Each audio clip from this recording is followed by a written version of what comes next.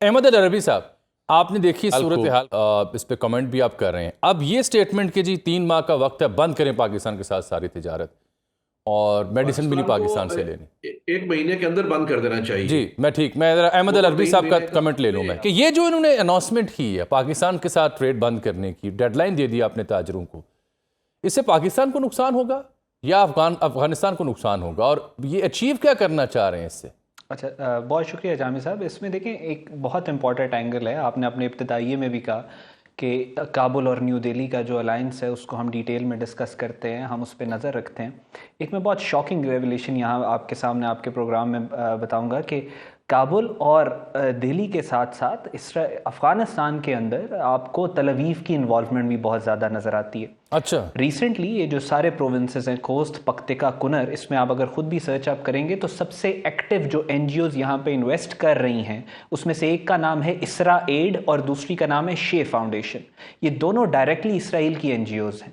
अब अफगानिस्तान इसराइल को रिकग्नाइज नहीं करता, लेकिन तल अवीव की एनजीओज़ अफगानिस्तान में क्या काम कर रही है, this raises some very serious question. ये बड़ी अहम बात आप कर रहे हैं। यानी आप ये कह रहे हैं अहमद के अफगानिस्तान में ये तो शरीयत के नाम पर आए जी, और वहाँ पे इन्होंने एक अपनी तरफ से एक शरई गवर्नमेंट बनाई हुई है, इस्लाम के नाम पर कलमे वाला झंडा है, और आप कह रहे हैं कि अफगानिस्तान में इसराइल की 2 एनजीओज काम कर रही हैं। 2 एनजीओज नहीं, बहुत ज़्यादा। जब जून ये आए हैं 2021 में, 15 अगस्त को अफ़गान तालिबान इक़्तिदार में आए। 18 अगस्त को सुहेल शाहीन, इनका कतर में जो रिप्रेजेंटेटिव है, उसने इसराइल के पब्लिक जो स्टेट टेलीविज़न है उसको इंटरव्यू दिया, कान टीवी उसका नाम है। फिर उसके बाद ये जनवरी 2022 में इसराइल की फॉरेन मिनिस्ट्री ने ऑफिशियली UNHCR को $5 लाख दिए कि वो अफ़गान रेफ्यूजीज़ को दें। और फिर उसके 6 महीने बाद अल जजीरा में डॉक्टर मोहम्मद नईम, अफगान गवर्नमेंट का रिप्रेजेंटेटिव है, उसने अल जजीरा को इंटरव्यू दिया कि हम इसराइल के साथ नॉर्मलाइजेशन ऑफ टाइज जो है वो करना चाहते हैं। सो यहाँ पे आपको इसराइली फुटप्रिंट भी बहुत, इसराइल का आपको पता है कि वो जितनी भी दहशतगर्द तंजीमें मिडल ईस्ट से लेकर मुस्लिम वर्ल्ड के अंदर एक्टिव हैं, उनमें कहीं ना कहीं आपको इसराइली फुटप्रिंट लाजमी नजर आएगा। और अफगानिस्तान के अंदर जो TTP वाली बात है उसमें भी आपको इंडिया और इसराइल और अफगानिस्तान का एक अलायंस नजर आ रहा है पाकिस्तान के खिलाफ। दूसरी जो आपने शरीयत की बात की, अफगान तालिबान, ये जो तहरीक तालिबान पाकिस्तान है, TTP जिसका नाम है, इसके ऊपर फतवे मौजूद हैं।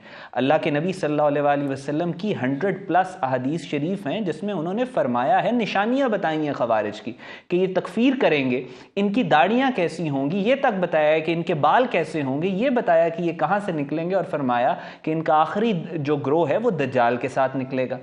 अब ये खवारिज हैं जिसके ऊपर पाकिस्तान के उलमा के फतवे, आप हदीस शरीफ अगर खुद भी पढ़ लें तो आपको पता चलेगा कि TTP पे तमाम निशानियां खवारिज की निकलती हैं, और फिर हमारे उलमा के फतवे मौजूद हैं कि ये खवारिज हैं। तो पूरी मुस्लिम दुनिया को, हर किसी को कहना चाहिए कि ये खवारिज है। अब अफगान, एक अलामा हजर अस्कलानी है जिन्होंने फरमाया है कि जो खवारिज हैं, जो उनकी सपोर्ट करता है वो भी खवारिज का ही एक फिरका है। तो लिहाजा इस वजह से अफगान तालिबान जो है, इनमें नजर आ रहा है कि ये खवारिज हैं, ये दहशतगर्दी कर रहे हैं, तो इनकी अपनी दाढ़ी में तिनके हैं कि ये शरीयत के नाम पे कहते हैं कि हम आए हैं, और ये अल्लाह और अल्लाह के रसूल सल्लल्लाहु अलैहि वसल्लम के दुश्मनों की पुश्तपनाही कर रहे हैं।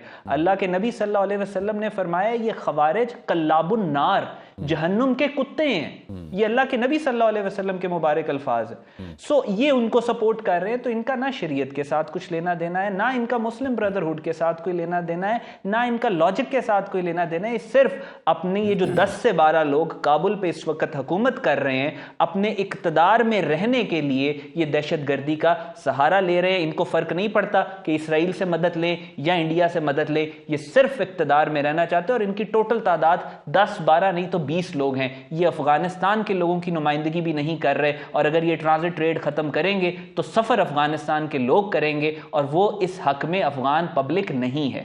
बिल्कुल ठीक। अहमद, मैं ये जानना चाह रहा हूँ कि ये एक तो तरीक़ाकार ये है ना कि इसके ज़रिए पाकिस्तान में ये खारजियों की तश्कील आती है, मारे भी जाते हैं, फिर ये दहशतगर्दी भी करते हैं मुख्तलिफ इलाकों में। दूसरा जो हालिया झड़पें हुई उसमें तो पाकिस्तान ने टारगेट किया, रीच आउट किया मल्टीपल डोमेन में सिटीज़ को भी। ये अगर ऐसी सूरत हाल रहती है, क्योंकि पाकिस्तान की स्टेटस पोजीशन है कि अब दोबारा ऐसे को वाक़या है तो वी विल रीच आउट, हम टारगेट करेंगे, इस बात का इम्कान है कि हालिया वाक़यात के बाद पाकिस्तान दोबारा स्ट्राइक कर सकता है? अगर करता है तो उसका स्केल क्या हो सकता है और जवाब क्या हो सकता है? अफगान जो स्टैंडिंग ट्रूप्स हैं, स्टैंडिंग मिलिट्री है, उसकी कैफियत क्या है? और मैं दहशतगर्दों की बात नहीं कर रहा। अच्छा, आप अफगान की बात कर रहे हैं। जी अच्छा, इसमें देखें, इसमें दो चीज़ें हैं। पाकिस्तान, ये जो यूनाइटेड नेशन का जो यूएन चार्टर का आर्टिकल 51 है, उसकी जितनी भी एक्सप्लेनेशन है वो पाकिस्तान को मुकम्मल इख्तियार देती है कि पाकिस्तान दहशतगर्दों के ख़िलाफ़ अफ़गानिस्तान के अंदर जाके उनको टारगेट कर सकता है, उनके हाइड आउट्स को टारगेट कर सकता है। पाकिस्तान ने, अब इसको थोड़ा सा समझने की ज़रूरत है कि अफ़गानिस्तान पाकिस्तान के ऊपर दहशतगर्द भेजते थे। यहाँ पे अफ़गानिस्तान के अंदर से दहशतगर्दी आती थी। इस चीज़ को एक्सप्लॉइट किया इंडिया ने भी। इसी को वो कोल्ड स्टार डॉक्ट्रिन भी कहते थे, इसी को वो एफपैक भी कहते थे, और उन्होंने यही किया। इसी को डोवल डॉक्ट्रिन भी कहते थे कि दहशतगर्दी यहाँ पे।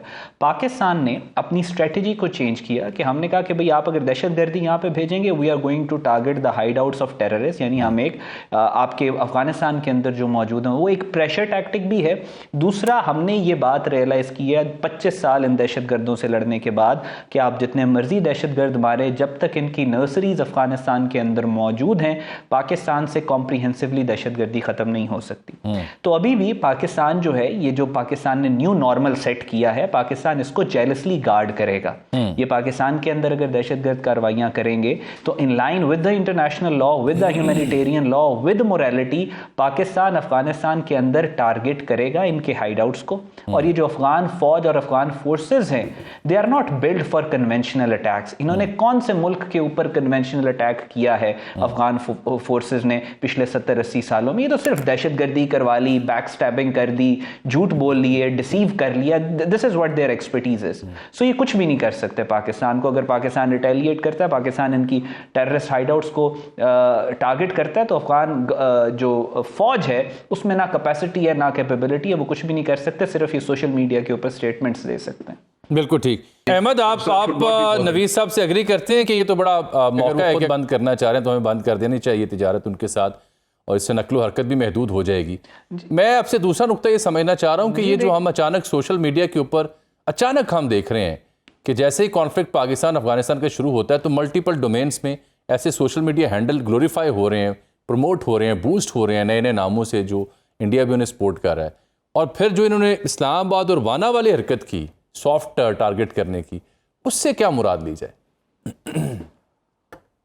देखिए, इस सारी सिचुएशन में अभी भी जो आप इनके रेटरिक देख रहे हैं सोशल मीडिया के ऊपर, तो खैर आप इनका जो स्टूपिडिटी है, अफगान अकाउंट जिस तरीके से वो डील कर रहे हैं पाकिस्तान के ऊपर, जो कमेंटिंग कर रहे हैं वो स्टूपिड है। इससे ज़्यादा मैं उसको क्या कहूँ। वो इन्होंने पिछले दिनों इनके ऑफिशियल हैंडल्स के ऊपर लिखा हुआ था कि अगर पाकिस्तान ने दोबारा कोई एयर स्ट्राइक्स की अफगानिस्तान पे तो हम पाकिस्तान में एयर स्ट्राइक्स करेंगे। तो मैंने उससे पूछा था, मैंने कहा आपकी एक्सपर्टीज तो सिर्फ कमर्शियल एयरवेज का इस्तेमाल करना है स्ट्राइक्स के लिए, उसके अलावा तो आप नहीं कर सकते। सो ये इनका हाल है। और इसके अलावा अभी जो आपको रेटरिक अभी नज़र आ रही है, जो ट्रेड वाली बात ये सारे कर रहे हैं, अब देखें सिचुएशन जो है ना, होलिस्टिक अप्रोच, अगर आप थोड़ा सा बाहर निकल के लार्जर पिक्चर को देखें तो यहाँ से ये अटैक्स अफगानिस्तान जो है वो कर रहा है। आपने देखा अचानक से पहले तो ये खुद मिन्नतें करके इन्होंने दोहा के अंदर टॉक्स किए, फिर उसके बाद जब दूसरे टॉक्स हुए इस्तांबुल के अंदर, तो उन टॉक्स से 1 या 2 दिन पहले इनको इंडिया की तरफ से बहुत ज़्यादा मरात का ऐलान हुआ, और फिर वो इनको इंडिया ने एक थोड़ा सा इशारा भी दिया कि आप हमारे साथ बेहतर करें चलेंगे तो हम आपको रिकग्नाइज़ भी कर सकते हैं, और ये वो इंडिया ने कभी भी इनको रिकग्नाइज़ नहीं करना। और फिर जब 6 नवंबर वाले टॉक्स हुए तो उसके अराउंड आपने देखा कि इंडिया की तरफ से पाकिस्तान के ऊपर हमले का रेटरिक बहुत ज़्यादा बढ़ गया। और फिर अब ये जो दिल्ली वाला इन्होंने फॉल्स फ्लैग ऑपरेशन क्रिएट किया, अभी भी हम जब बात कर रहे हैं तो इनके कैबिनेट जो defence minister, home minister, prime minister की मीटिंग हो रही है। तो ये सारा जो मामला है, ये अफगान तालिबान की भी जो आपको भी स्टेटमेंट्स नज़र आ रही है ना, इनको कहीं ना कहीं अजित कुमार डोवल ने एश्योरेंस दी हुई है कि आप अपनी जो स्टेटमेंट्स हैं उसको आप पावरफुल रखें, चाहे उसका हकीकत के साथ कोई लेना देना ना हो। हम ये सिंदूर 2 जो है वो पाकिस्तान के ऊपर लॉन्च करने वाले हैं, इसके बाद बैठ के देखेंगे कि सिचुएशन किस तरफ जा रही है। सो अभी ये जो सारा जो बिल्डअप था पिछले 3-4 माह का अफगानिस्तान को लेके, इंडिया को लेके, वो अब सिंगल पॉइंट के ऊपर आ गया कि इंडिया अब आगे क्या करने वाला है। उसके बाद सिचुएशन जो है वो इन सारों के लिए बहुत क्लियर होगी। बिल्कुल ठीक।